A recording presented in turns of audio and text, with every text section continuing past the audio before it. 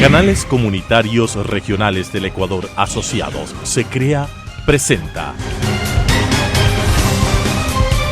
Realidad Nacional.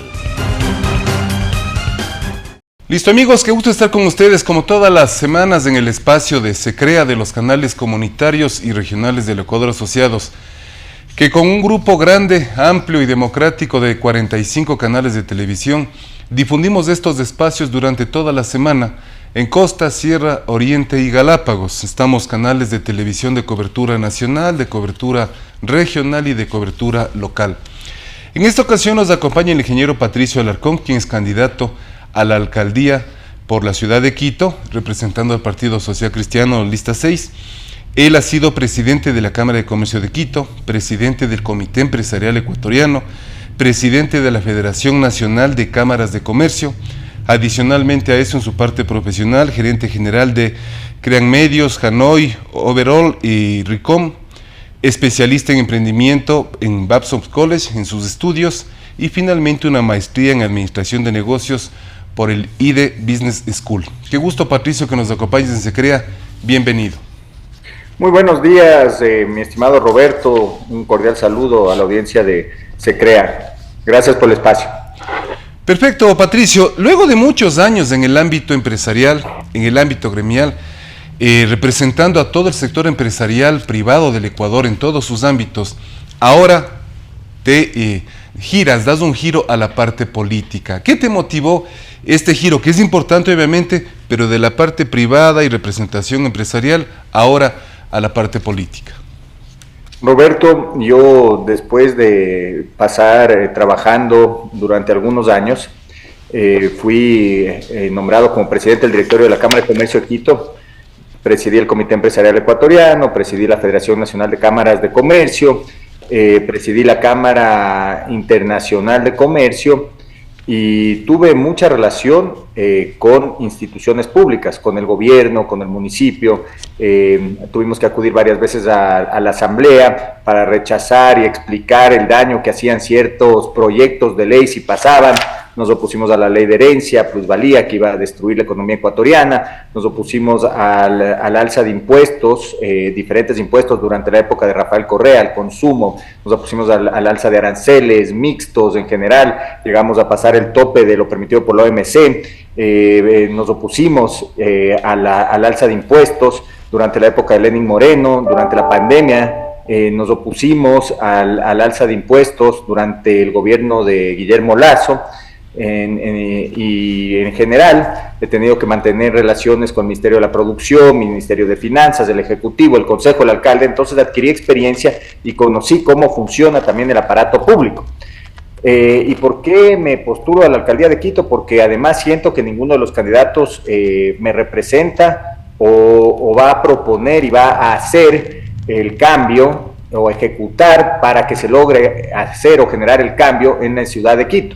Es decir, Quito necesita un cambio radical para salir adelante y más allá de eso yo quiero que mis hijos crezcan en Quito, quiero que mi familia pueda vivir tranquila en Quito, quiero poder caminar en paz en Quito, quiero tener una buena calidad de vida y quiero que mis negocios prosperen en Quito, estimado Roberto. Y por eso tomé la decisión, quiero que la gente comprenda cuáles son las ideas que pueden cambiar la ciudad y sobre todo pueden cambiar el país.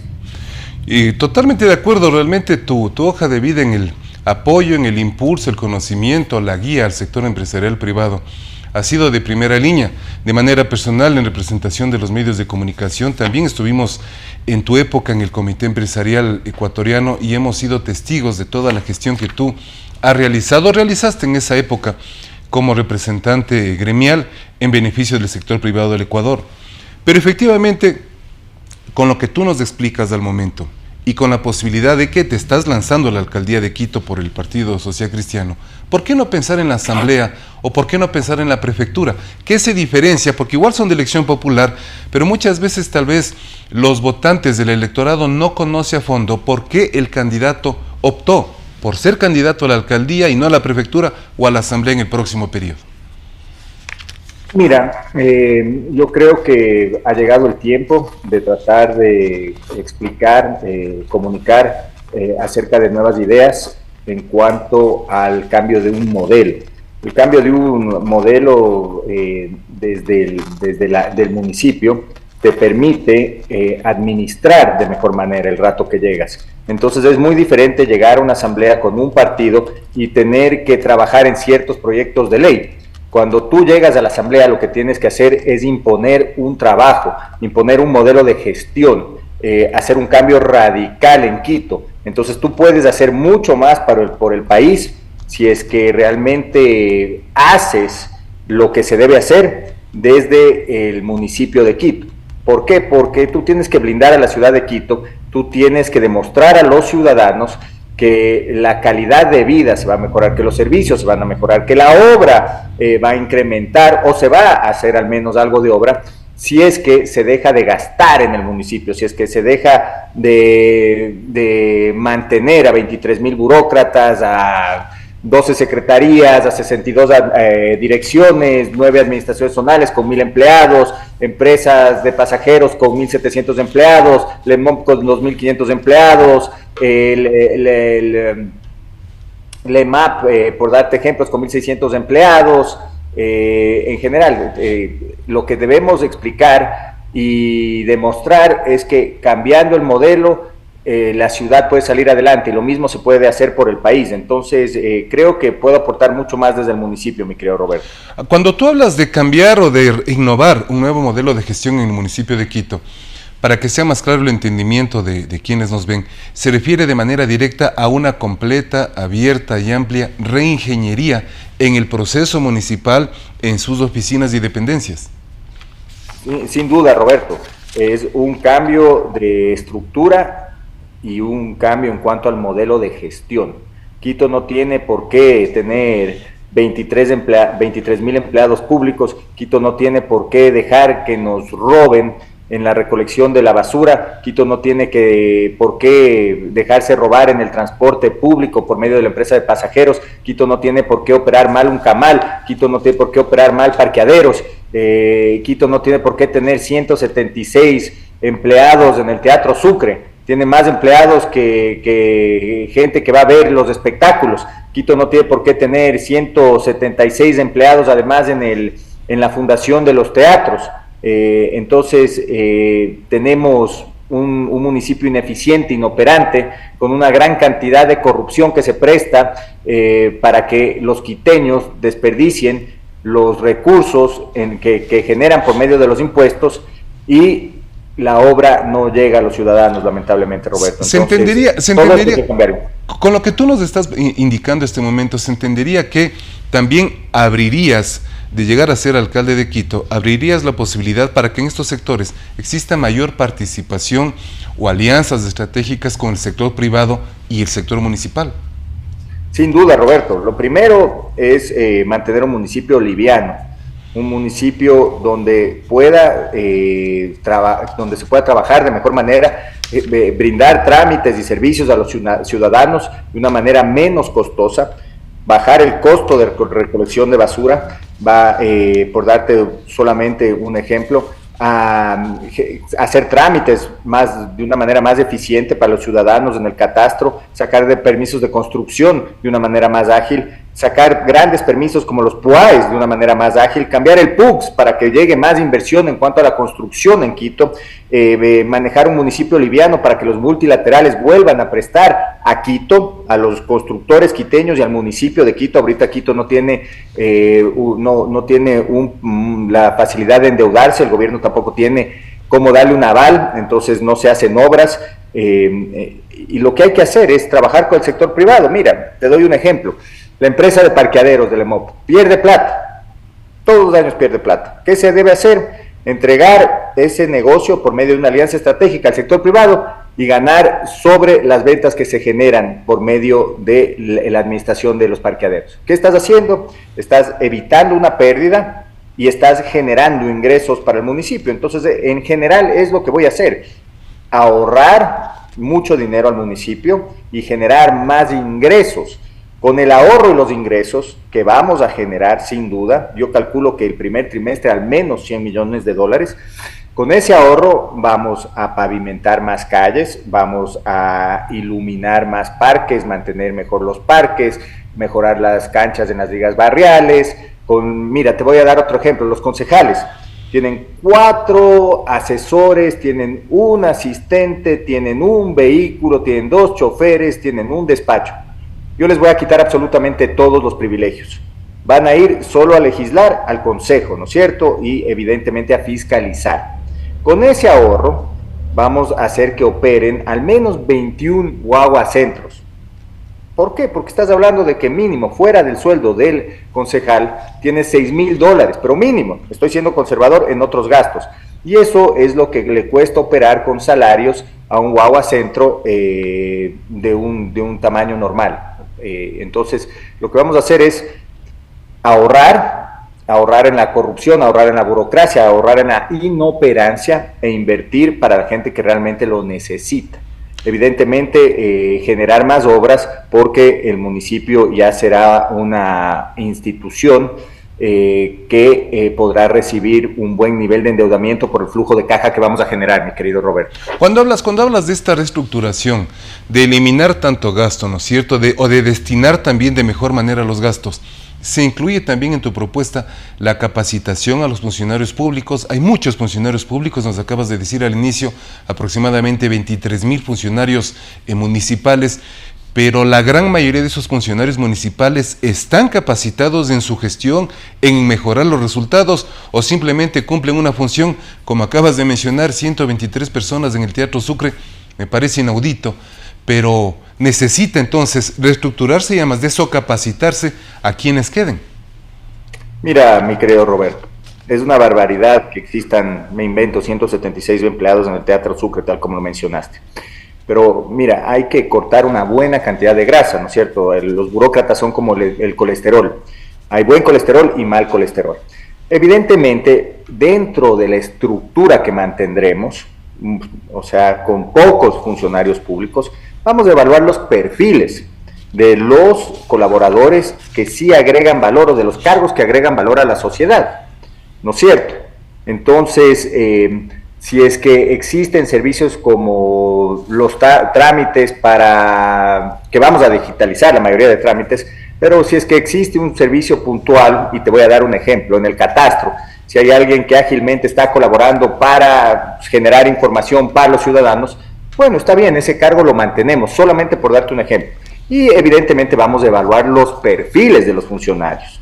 Si el funcionario mantiene el perfil, igual hay que ir capacitándolo, ¿no? En el tiempo se queda. Si el funcionario no tiene el perfil, bueno, lamentablemente con los beneficios de ley tiene que salir, se los tiene que liquidar. Y evidentemente a los corruptos se los tiene que sacar por medio de un visto bueno, y se acabó. Pero fuera de eso, a los honestos que tenemos que pagarles y tienen que salir, a los sindicatos que nos van a costar un ojo de la cara también, y vamos a sacar financiamiento de las multilaterales para sacar a esta gente, a los honestos los vamos a pasar por un proceso de capacitación en Conquito para buscar diferentes ideas en cuanto al emprendimiento. Les vamos a dar una capacitación para que puedan concentrarse en los sectores que vamos a impulsar. Te doy un ejemplo. Vamos a defender el Chocó Andino, necesitamos guías turísticos para el Chocó Andino, para las rutas del café. Si es que quieren emprender en qué sé yo, en servicios turísticos, bueno, en buena hora les ayudaremos como Conquito.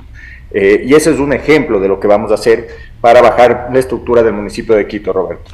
Sin que sea una responsabilidad exclusiva y absoluta la seguridad de Quito y de sus ciudadanos, ¿qué plantearías tú o qué tienes en mente por el tema de seguridad en beneficio de los quiteños y de la gente de afuera que vive en esta ciudad?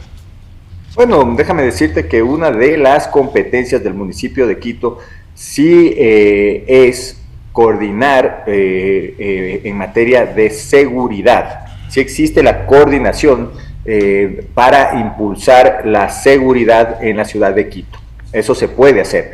Entonces, lo primero, mira, existen 4 centros de monitoreo en la ciudad de Quito. Uno de la AMC, otro de la AMT, otro de la empresa de pasajeros y el COE Metropolitano. Imagínate, Roberto, 4 centros de monitoreo. Todos tienen diferentes cámaras, tienen diferentes software y no trabajan con protocolos abiertos. Entonces, si tú quieres ir a comprar cámaras o poner más cámaras, tienes que contratar diferentes softwares y pagar más en diferentes sitios. No sé si comprendes la barbaridad de la situación, ¿no? Entonces, lo que primero que voy a hacer es un solo centro de monitoreo. Y ya tengo un software que tiene, o bueno, no tiene, sino que se puede utilizar el reconocimiento facial.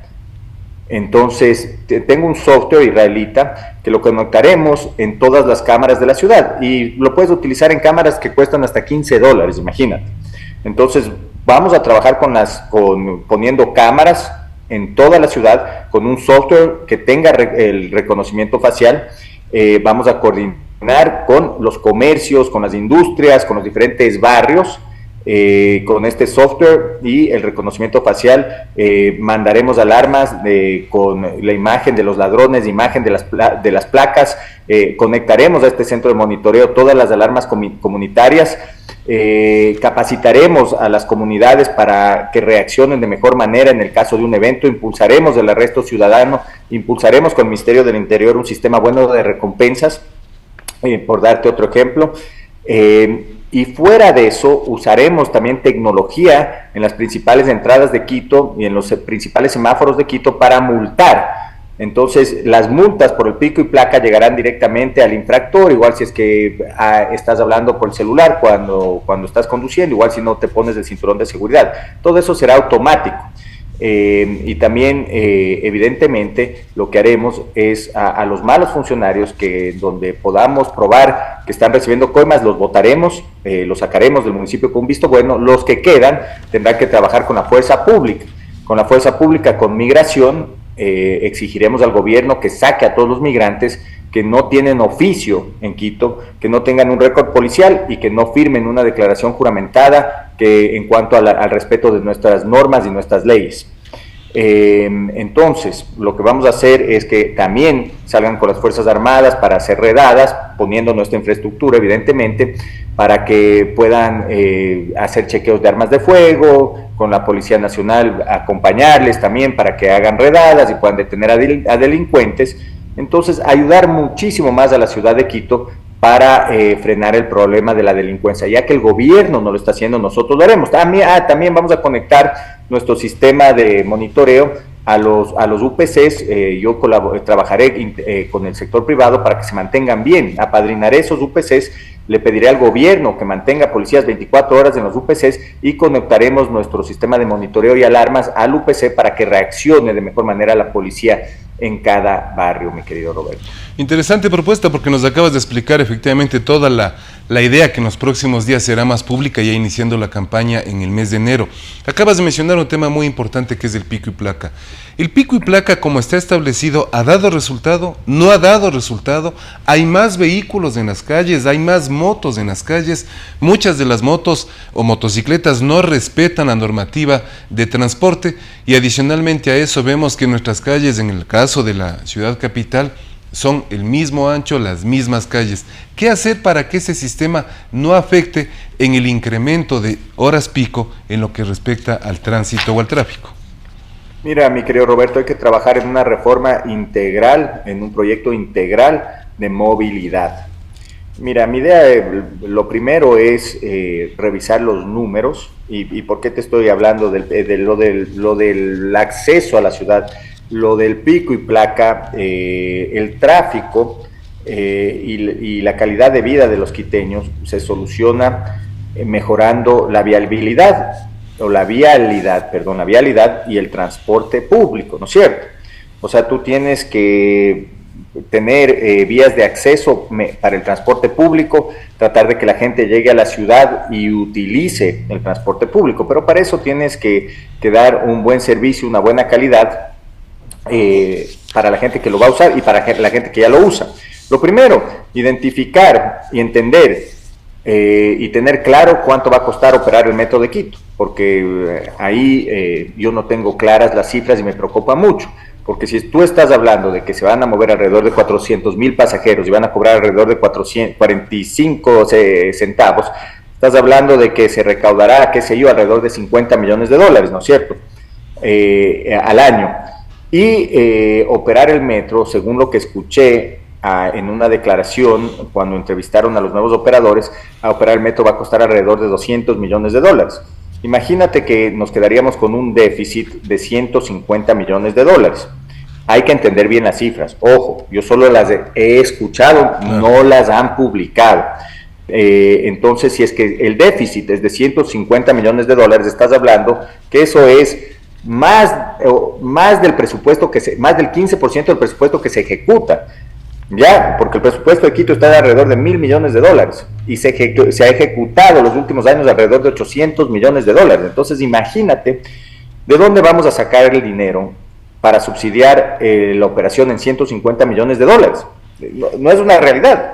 Quiebras de la ciudad. Entonces, lo primero es que tomarle la palabra al gobierno nacional, porque se comprometió en subsidiar la operación del Metro de Quito. Una vez que tengamos claro quién va a subsidiar el Metro de Quito, y debe ser el gobierno, entonces lo operamos. Una vez que ya sepamos esto, bueno, tenemos que tener un buen operador con un sistema de pagos integrado, porque tú no puedes salir me invento, desde Carapungo a la 10 de agosto, con monedas, llegar al Labrador con monedas, sacar una tarjeta para el metro, salir en otra parada, sacar más monedas, porque esa es la realidad de los quiteños. Lamentablemente no vives en un lado del túnel y trabajas en otro lado del túnel.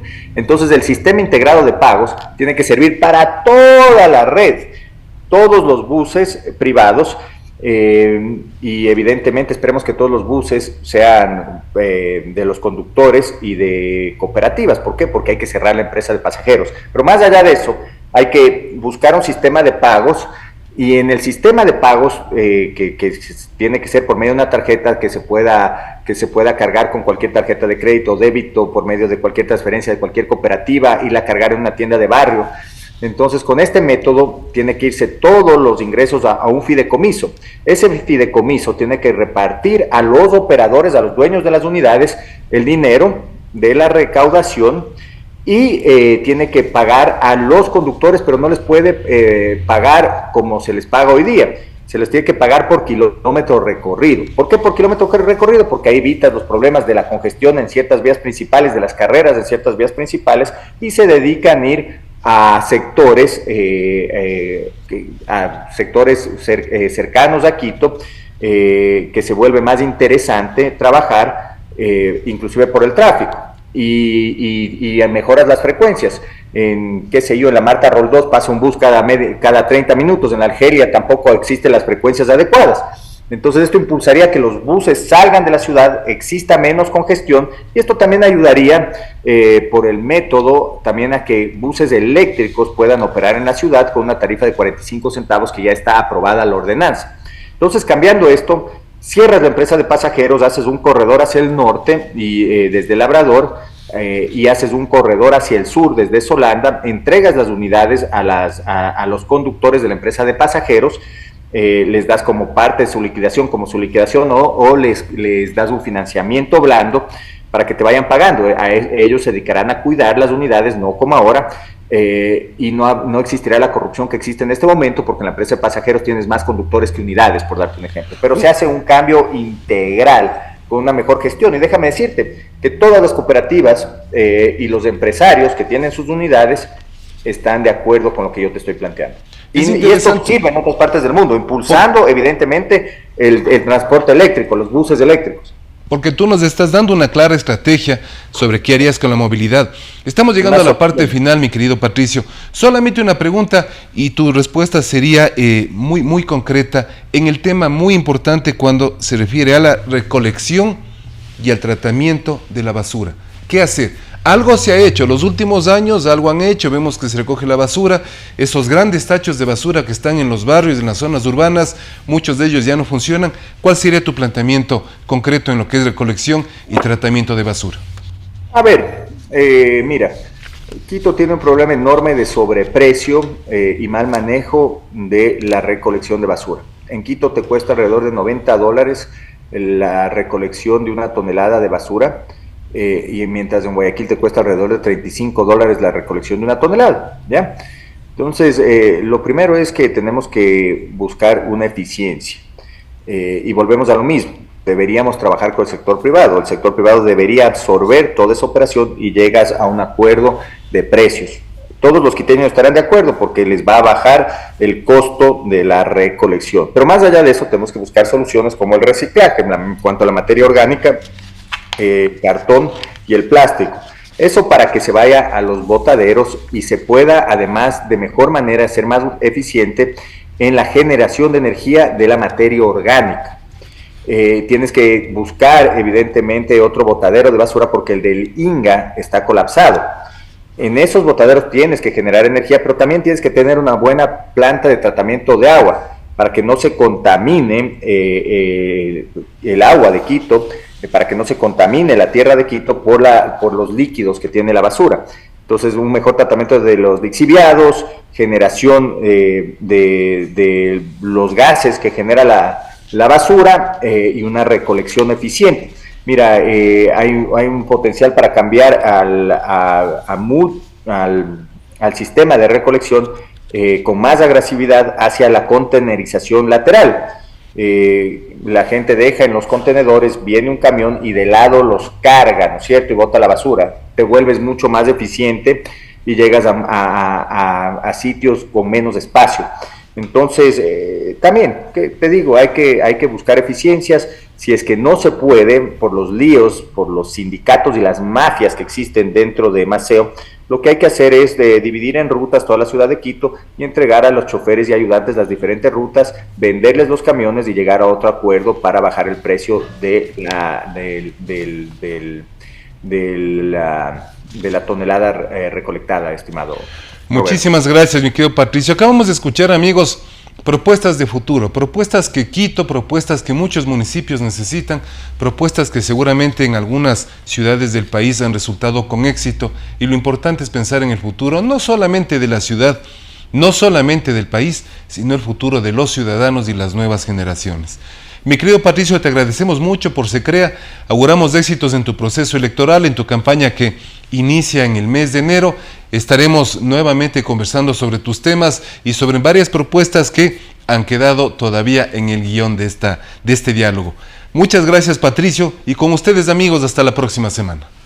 Transmitida por Unción, Nordvisión, Color TV, Oca TV, Canela TV, TV+, UCSG Televisión, Costranera, ABC TV, TV Norte, V Televisión, TV Agro, Manavisión, TV Manavita, Saracay TV, Teleandina, RTU, Asomavisión, Telesucesos, Unimax, Ecovisión, Lidervisión, TVS, Ecuavisión, Telegalápagos, Telemar, Televisión Católica, Los Encuentros.